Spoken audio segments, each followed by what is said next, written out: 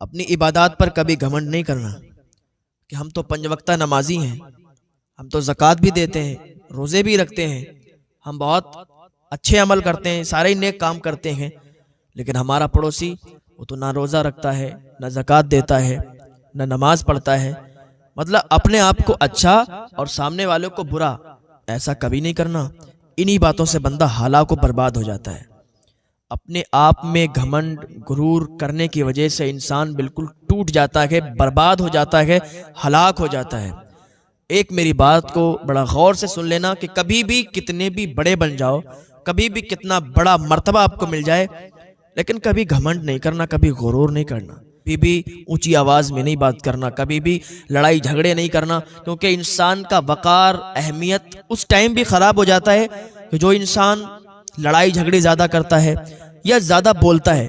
ज्यादा बोलने की भी आदत मत डालें। एक इंसान बहुत खामोश बैठा हुआ है तो जब तक सामने वाला उसे बहुत अच्छा समझता है, लेकिन जैसे ही वो बात करना शुरू करता है ना, तो सामने वाला उसे पहचान लेता है कि यार ये कैसा इंसान है।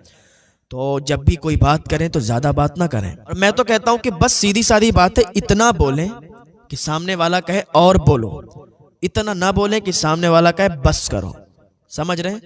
इतना बोलें।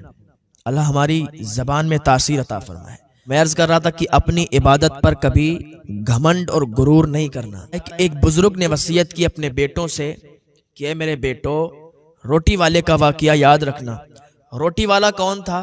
कि एक इंसान था, उसने 70 साल इबादत की, 70 साल इबादत की, और 70 साल इबादत करने के बाद वह ऐसे जुर्म में, ऐसे गुनाह में फंस गया क्योंकि उसने अपनी इबादत पर घमंड किया, अपनी इबादत पर गुरूर किया, तकब्बुर किया, और वो ऐसे गुनाह में फंस गया। 7 दिन 7 रातें उससे गुनाह हुए, और उसके बाद वो जा रहा था, फिर उसे शर्मिंदगी हासिल हुई कि मैंने 70 साल इबादत की और अब आके ये क्या हो गया कि 7 दिन और 7 रातें मुझसे गुनाह हो गए।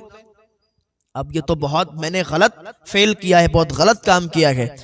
जा रहा था तो क्या देखता है कि एक जगह पर फकीरों की लाइन है, 12 फकीर बैठे हुए थे।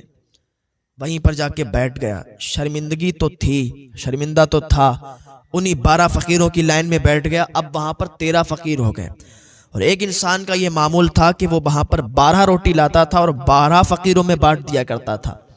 जब ये उन फकीरों के बीच में बैठा तो वो 13 फकीर हो गए। अब वही रोटी वाला रोटी लाया 12, उसने एक एक करके सबको दे दी। अब ये तो 12 नंबर पर था तो इसको भी एक रोटी मिली, लेकिन जो 13 नंबर पर फकीर भूखा बैठा था उसको रोटी नहीं मिली। उसने कहा भाई साहब मुझे रोटी नहीं मिली है। उसने कहा यार 12 रोटी हर बार मिलाता हूँ और 12 रोटी मैंने बांट दी है, आज ये कम कैसे पड़ गई? मैंने किसी को 2 नहीं दी, किसी को 3 नहीं दी, सिर्फ एक एक रोटी बांटी है। अब तुम जानो, तुम्हारा काम जाने। 12 लोग हो, मैंने 12 रोटी लाया था, 12 रोटी भी मैंने तकसीम कर दी है, खाओ या भूखे मर जाओ।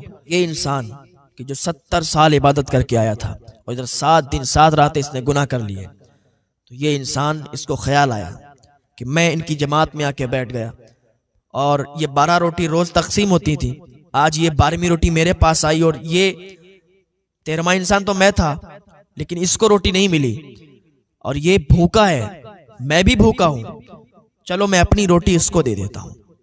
उसने अपनी रोटी उसको दे दी। उन 12 लोगों ने भी रोटी खाई, पेट भर गया, आराम से सो गए, और ये इंसान भूखा रहा, भूख की हालत में तड़पता रहा, रात में तड़प तड़प कर मर गया। इंसान चाहे कितना भी अमीर हो, लेकिन जब उसे भूख लगती है तो चाहे तो 2 दिन की रखी हुई रोटी भी खिला दो तो बहुत शौक से खा लेगा, इसके नामे आमाल तोले गए। 70 साल जो इसने इबादत की थी वो एक पल्ले में रखा गया, और जो इसने 7 दिन 7 रातें गुनाह किए थे वो एक पल्ले में रखा गया। तो इसके गुनाह वाला पल्ला भारी हो गया। हुक्म हो गया कि इसे ले जाओ जहन्नम में डाल दो। लेकिन वो एक रोटी फिर एक पल्ले में रखी गई। जब वो एक रोटी उस पल्ले में रखी गई, इसकी 70 साल की इबादत काम नहीं आई, इसलिए कि अपने इबादत पर इसने गुरूर और घमंड कर रखा था, और 7 दिन 7 रातें इसने गुनाह किया था, उसकी वजह से जहन्नम में जा रहा था। लेकिन वो रोटी इसके काम आ गई जो इसने उस भूखे इंसान को दी थी। उस रोटी का इतना सवाब मिला कि अल्लाह ताला ने फरमाया इसे जन्नत में ले जाओ। एक रोटी की वजह से कि इसने भूखे इंसान को अपनी रोटी दे दी और खुद तड़प तड़प कर भूख की हालत में मर गया था। तो अल्लाह ताला जब चाहे और जिसे चाहे अपनी रहमत से उसे माफ फरमा देता है और उसे जन्नत अता फरमा देता है। तो पता चला कि इंसान को कभी अपनी इबादत पर घमंड नहीं करना चाहिए, कभी भी अपनी नमाजों पर घमंड नहीं करना चाहिए, अपने नेक अमल पर कभी भी घमंड नहीं करना चाहिए कि मैं इतना नेक हूं, मैं इतना परहेजगार हूं, मैं हाजी हूं, मैं नमाजी हूं, सामने वाला तो कुछ भी नहीं है, लेकिन फिर भी उसके यहाँ बहुत मालो दौलत है, फिर भी उसके काम सब चल रहे हैं, फिर भी उसे बहुत सक्सेस हो रही है, हम नुकसान में जा रहे हैं, हम घाटे में जा रहे हैं, हम नमाजी भी हैं, हाजी भी हैं, सब कुछ है, नेक अमल भी करते हैं। तो यार इतना भी तो अकल रखो कि अगर आप नमाजी हो, हाजी हो, सब कुछ हो, नेक अमल करते हो, तो हो सकता है आप पर अल्लाह की आजमाइश हो सकता है आपको अल्लाह आजमाता हो, देखे मेरा बंदा मेरी आजमाइश में कामयाब होता है या नहीं होता, मेरी आजमाइश में ये कामयाब होगा या नहीं होगा। तो ये जहन में लाओ, ये अकल में लाओ कि अगर हम नेक अमल कर रहे हैं और हम सक्सेस नहीं पा रहे हैं तो हो सकता है अभी हम पर आजमाइश हो, और जब हम अपने इम्तिहान में कामयाब हो जाएंगे तो अल्लाह ताला हमें बहुत नवाजेगा। और जो गुनाहगार बंदा होता है अगर उसे सक्सेस होती है, जो गुनाहगार बंदा होता है उसे कामयाबी मिलती है, उसके कारोबार चलते हैं, तो ये मत सोचो कि वो इबादत नहीं करता, नेक अमल नहीं करता, फिर भी वो सक्सेस पा रहा है, कामयाबी हासिल कर रहा है, बल्कि ये सोचो कि अल्लाह ने उसे अभी छूट दे रखी है, अल्लाह उसे छूट देता जा रहा है और वो अपने कारोबार में तरक्की हासिल करता जा रहा है, अल्लाह भी उसे छूट दे रहा है। जो इंसान नमाज नहीं पढ़ता, इबादत नहीं करता, रोजे नहीं रखता, कोई नेक अमल नहीं करता, फिर भी कामयाबियों की मंजिल पर है, फिर भी अपने कारोबार में कामयाब है, उसके कारोबार बढ़ते जा रहे हैं, उसके पास मौला दौलत आती जा रही है, समझ लो अल्लाह ने इसे अभी छूट दे रखी है।